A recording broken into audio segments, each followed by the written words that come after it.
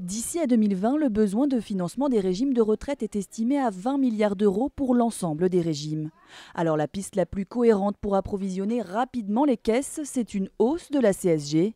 Un relèvement de 0,5 points par exemple rapporterait à l'État 6,1 milliards d'euros.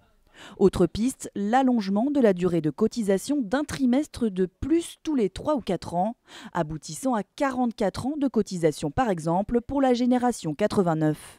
L'âge légal de départ à la retraite, 62 ans, lui, ne devrait pas être modifié.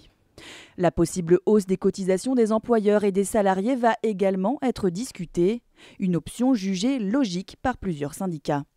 Du côté des mesures de justice sociale, un compte pénibilité financé par les entreprises va être créé. Les salariés du privé soumis à des conditions de travail pénibles pourront partir plus tôt à la retraite ou se reconvertir. Les avantages familiaux de retraite seront eux aussi modifiés. Un forfait unique, quel que soit le montant des revenus, serait versé dès le premier enfant à un seul des deux parents, en priorité la mère.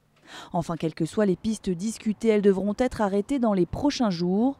Le projet de loi définitif étant présenté le 18 septembre en Conseil des ministres.